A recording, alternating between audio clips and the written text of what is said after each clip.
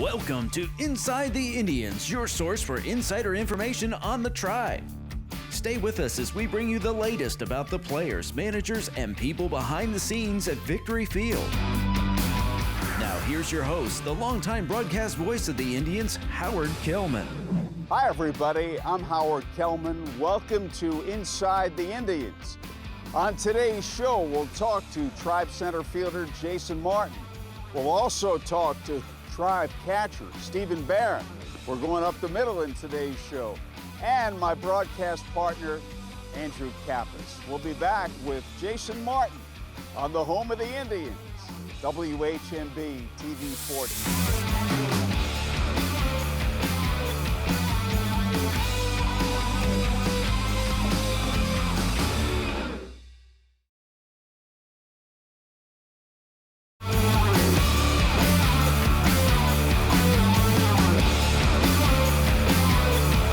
Outfielder Jason Martin, our first guest today on Inside the Indians. Jason, you started the year in the big leagues with Pittsburgh. That wasn't what we thought would happen. So first, please tell us about the experience about being in the big leagues. Man, it was unreal. Like you said, it was a little earlier than expected, but it was awesome. I just, still hard to put into words how it feels to be up there and to be able to do what I did and just get a taste of what it's like and see what I've been working for this whole time, and I'm excited to continue putting in work for it. Tell us about how you got the news and what opening day was like. Yeah, I got the news the day before we were going on our opening day trip.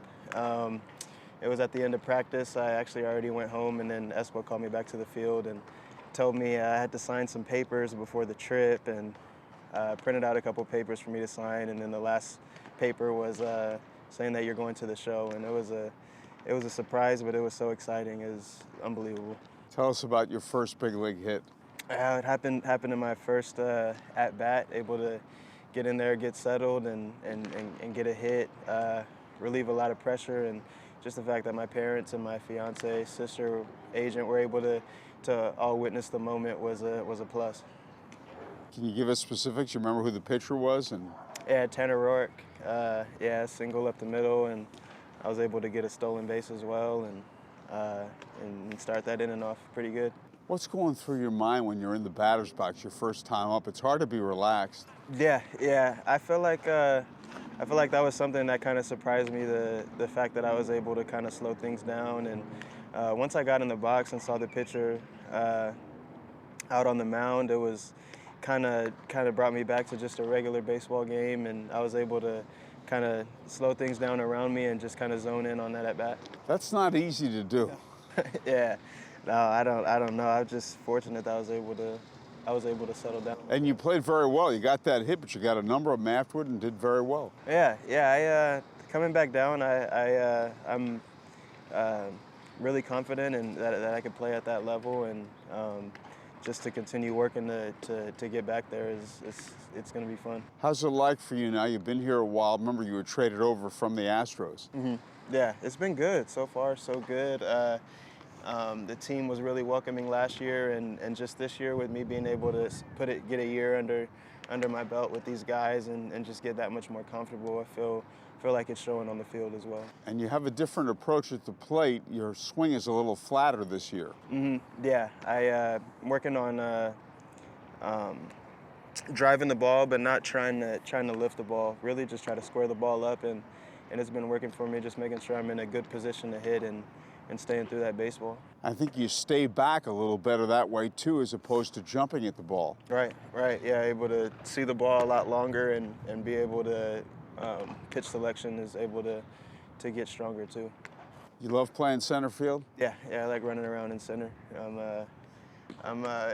It's fun. It's fun perfecting the craft out there. A lot of running around and catching balls. I know you're looking out there. The guys are getting ready to stretch in a couple of minutes. Yeah. You still got a minute and a half or a minute so. Right. But tell us your thoughts on this Indians team. Oh, I think we're full of talent, full of young talent, and I think it's a really good opportunity for all of us, especially what's going on up there, and just being able to see some of our guys coming from here and going up and contributing when some of those guys go down is awesome. I think there's a lot of bright futures on this team. Anybody give you any pointers when you were up in the big leagues? Oh yeah, countless. Just a lot of the veterans just whether it's on or off the field, just being able to be up there, and the team was really, I couldn't complain at all about the input that I got from them. They were really helpful, and they were really able to show me that it's just part of the journey, and like everybody that's up there has been through these levels, and we're all people. We're all fighting for the same goal. It's just that they have put in more time and done the right things, and just being able to listen to what some of those right things are, I feel like it's going to help me a lot in the future. Well, Jason, I thank you and I congratulate you on all you've achieved. Appreciate that. That's outfielder Jason Martin on the home of the Indians, WHMB TV 40.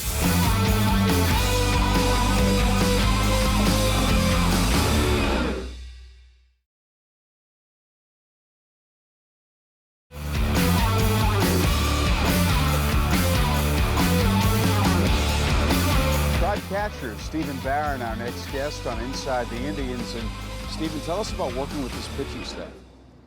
It's been fun so far. We got a very talented staff. Don't have any particular flamethrowers besides Keller. We have mostly guys that know how to pitch and command the ball. But overall, it's been fun, and the staff has been a pleasure to work with. You mentioned flamethrowers, and Mitch throws hard. I have to think there's a difference in catching a guy who throws a hard sinker as opposed to a four-seam fastball. Yeah, it's actually really different, especially with, you look at Clay Holmes, who has the mid-90s sinker, and Keller. It's much easier to catch the straight one with Holmes, and you got to be a bit more prepared and set up a bit differently to catch that sinker. Otherwise, you might get your thumb blown off. Yeah, that can be tough. A sinker's a heavy ball that bites too, where the fastball, the four-seamer, is nice and light. Yeah. It's big difference. Yeah. I'd much rather prefer to catch the straight one. Anybody really have a big influence on you in your years of professional baseball? Influence your style?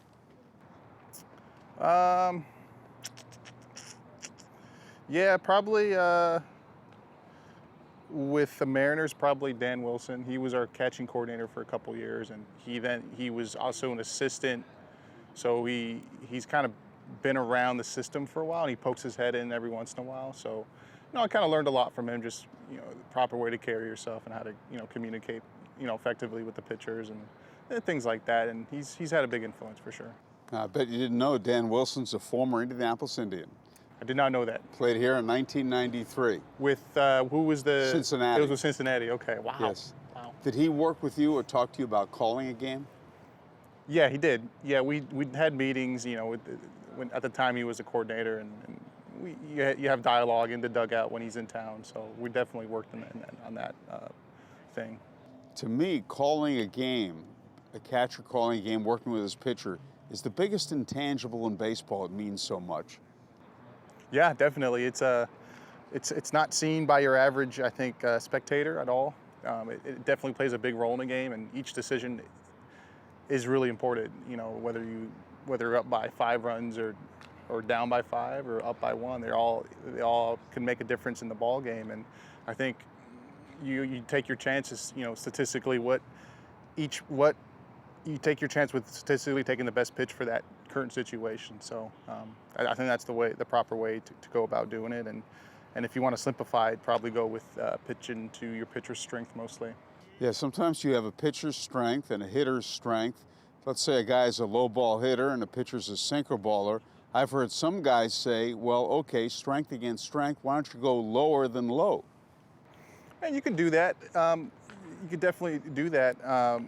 That would probably be I think the pitcher's has the higher edge there, because as a hitter, if a pitcher executes against you, no matter how good of a hitter you are, you're probably not going to be successful. If I can go up and feel as good as I want to, as good as possible, but if a pitcher executes 3 really good pitches on me, he's going to win that battle. So the pitcher always has the edge there, so for sure. I think that's why they say good pitching stops good hitting. Oh yeah, 100%. I know, though, if a pitcher has confidence in you calling a game, it gives his mind and him a certain kind of freedom out there. Yeah, he's not thinking so much. He's more. He has one goal in mind, and that's executing the pitch, as opposed to having other thoughts clouding his judgment or his commitment. Tell us some thoughts and highlights from your playing days. You've gotten time in the big leagues. Tell us some highlights. Highlights, probably my first game in the big league was pretty special, because I was living in Seattle at the time. My wife is from Seattle, so I got called up and I was able to live at home and also go to the game, which was about 5 minutes away. So that was pretty special. That experience, my first month there was amazing. Anything stand out? Terrific players you played with, or anybody stand out? Yeah, it was cool to play with Robbie Cano and Nelson Cruz, those guys. It was pretty neat. And get to be around Felix, so that was pretty cool. How's that? Isn't that a pretty big ballpark, a pitcher's park? It's a pitcher's ballpark, yeah. Big gaps, similar to this. Something we've discussed with pitchers and coaches and managers, it's ideally you like to be aggressive as a pitcher, but it can affect you. You're pitching in a big ballpark as opposed to a small ballpark, a hitter's friendly park. Yeah, that's true. I think as a pitcher, you always want to be aggressive. You always want to attack the zone because hitters more times than not are going to get themselves out. So you definitely want to be aggressive and let the situation dictate kind of how you're going to pitch the ball game. Anything stand out? Remember your first big league base hit? Yeah, that last year I got my first hit with the Cardinals. It was pretty nice. Tell us that moment, who you were facing. I forgot the pitcher's name. I think it's Luis Garcia. I could be wrong. Hard-throwing righty with reliever with the Phillies, and first pitch fastball, ambushed it and hit a ball to left. And yeah, that was nice. You got the ball? I do have the ball at home. Tell us about playing for the Cardinals, what that was like. It was awesome. It was an organization I always looked up to. I was a fan of Molina growing up, so I always held their organization in high regard. So when I got a chance to sign a minor league deal with them, I jumped on it, and I really enjoyed it. It was a really good organization, and they treat everybody well. What makes him stand out as a catcher? Why is he so good? To me, probably his ability he communicates very well, and he's about as nice as you can get as a human, especially with his pitchers. You see about how he communicates with them and the amount of respect he gets from them. So that was cool to see. He's got more of like a calm presence about him. He's more of a, he's not a loud guy, but I think the way he carries himself, and I think is how he affects everybody around him.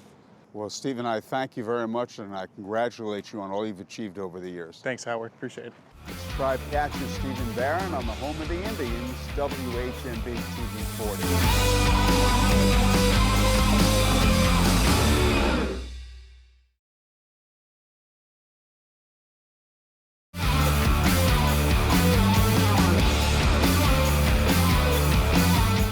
Kappas, a young man I have the pleasure of working with, my broadcast partner, who does a terrific job, is our next guest on Inside the Indians. And for you coming to Indianapolis, had to be special in that you grew up not too far from here. Yeah, it's about even on a bad day, Howard, it's only about 2.5 hours from my parents' house back in northern Kentucky. So it was kind of a dream to be here. I knew when I was at the lower levels that the IL West was kind of revered by being the best division in minor league baseball, both because of the quality of city, quality of ballpark, all that factors in. But for me, it was just the proximity of home. My parents can come to a road game in Louisville, road game in Columbus, or visit me here in Indy. So it's kind of a treat to both be away and be home all at the same time, if that makes any sense. It does, and you got started in professional baseball at a young age. Yeah, 15 years old. Actually, I was 14 years old when I did my first pregame show, play-by-play, when I was 15 for independent ball in the Frontier League, the Florence Freedom at the time. They love alliteration there in the Indy League. So I got my first affiliated break when I was 20, single A for Houston. At the time, the Lexington Legends. They're now single A for Kansas City. 2 years there, 1 year against the Scranton-Wilkes-Barre Rail Riders, who makes a visit once a year to Victory Field, and then on up to your way, Indianapolis. Now with Scranton, you had a lot of other responsibility too. Yeah, you guys leave me alone here. Knock on wood. So hopefully Randy doesn't see that. But we had being so close to New York, being the AAA affiliate, we had a lot of media requests pretty much on a daily basis. And we also had a unique year where it was a new year of a ballpark. We had just kind of opened it. You were at the old one, but they literally just built it on the old one, so to speak. It wasn't a new site or anything. So, but kind of to capitalize all that was we had major rehabs, and we had Derek Jeter twice, and it was in the twilight of his career. Everybody didn't know if that was going to be his last summer. Turned out being his second last summer. He retired in 2014. That was in 2013. But to be around a guy like him, Alex Rodriguez, when he was still kind of on the tail end of his prime, it was really, really fun for a kid that was just out of college. Now, one of the things you had to do, tell us about the story where you had to drive. Was it a truck? That's, gosh, nightmares for me. But on flight trips, you know, the Indians do the same thing, although they hire basically a shipping company to do it. Scranton Wilkes-Barre, a little bit more of on a budget, so to speak. They just had myself and the stadium ops guy drive a box truck full of the equipment while the team flew to save a little bit of cash, because to fly all that equipment, you really need a charter to do it. You can't do it on a commercial aircraft because of the weight of it. So probably the most difficult time was we played a 20-inning game with the Toledo Mud Hens. It was actually the day before my birthday, and my parents were meeting us in Louisville, and we played a 20-inning game. I was solo on radio. The final out was recorded at 12:45 in the morning. Well, not really final out. It was a walk-off homer by Randy Ruiz. We were so relieved to see that ball go over the fence. Really wasn't any celebration. It was just kind of relieved that the game was over. But ended up driving through the night to Louisville, Kentucky. It was about 12 hours in a box truck. Checked in at the hotel. It was like a Comic-Con convention of some kind. There was a guy in front of me had a horse's head on his body, and I thought for sure I was hallucinating. I was like, man, I need to get some sleep. I called my boss, the great John Sadak, as you know very well, and I said, hey, I need to get some sleep because there's a guy, I think I'm seeing a guy in a horse's outfit in front of me checking in the hotel. And he said, nope, that was it's a Comic-Con convention. You need to be at the ballpark in 15 minutes. So I was up for like 41 hours in a row, but I wouldn't recommend it. Neither would my doctor. It's amazing, first off, to be serious for a moment, driving that throughout the morning. I mean, that had to be tough with no sleep. It was, there were some curious moments where you'd drive 3-4 miles and you wouldn't really remember them. So I, again, wouldn't recommend it, but it's one of those things where when you work in minor league baseball, sometimes it's the other duties as a signed part where you sign your contract, it can get a little bit creative, especially in some of the smaller budget teams. And now you're in your 5th year working with the Indianapolis Indians. One of the things I remember you telling me when the Indians clinched the IL West in 2017, how important and how much that celebration meant to you. Yeah, it was. And you know this too, Howard, because you were around the team every day. We were just so close. Really, everybody was in that clubhouse. And I was really good friends with a lot of people on the staff, a couple of the players as well. So it was just kind of, you know, a season-long type camaraderie type thing to see all that they put in to kind of achieve that, to see it finally achieved and kind of celebrate it as well. It was unique circumstances in that they didn't get to celebrate it on the field, but it was kind of cooler in the way that it developed. I think people were disappointed in the way that they couldn't do it on the field at the time, but to see Eric Stamets pop up to short in Columbus against Toledo there at Huntington Park on TV, on MILB.TV, everybody crowded around that little TV in the Louisville clubhouse, and then that celebration broke out. It was really, really a cool experience and something I hadn't been a part of before. 2015, it was kind of, you know, everything was new, and I don't think we celebrated that year because it was a wild card berth, but you ended up being one game away from a championship. But to clinch a division like that with still 10 days to go in the season was something I'll never forget. And that 2017 team got off to a slow start. Yeah, I remember Andy Barquette, who you and I both know very well, now the assistant hitting coach in Boston with the world champion Red Sox. He's got a big ring these days, but bigger than that IL West ring. But he had a meeting. We were on the Scranton Wilkes-Barre Pawtucket road trip, and he just had a meeting and said, what do you guys want from this season? And from that slow start, from that meeting on, it was just a different team. And it really wasn't one singular win streak. You know, it wasn't like the team rattled off, 15 wins in a row. It was just that they played really well and up to their potential pretty much every month the rest of the season. And it was a shame when the Indians got knocked out of the playoffs by Durham. I don't know if I've ever seen a clubhouse like that when everybody knew that even guys going up were sad to know that it was over. Yes, and that meeting that you alluded to, it just seemed as if it changed the hitters' mindsets from that day forward. Yeah, and I think everybody kind of crawled out of their own mind, so to speak, because everybody was kind of pressing, I think, a little bit, because people knew that the team was talented. And I think when the Indians stumbled out of the gate, I think a lot of guys took it upon themselves to try to singularly take the team out of that slump. And when Andy kind of had that meeting, and Butch Weiniger spoke in it, Stan Kiles, the hitting coach and pitching coach respectively, they all spoke in it. And I think everybody realized that if we're going to come out of it, and we will, is that it's going to be a collective unit, that no guy is going to just kind of put the team on his back. And I think that was the biggest thing coming out of that meeting, and everybody really gelled after that. Andrew, it's been great working with you. Thank you so much. Continued success to you. Howard, it's been fun. Thanks. That's Andrew Kappas, my broadcast partner on the home of the Indians, WHNB TV 40.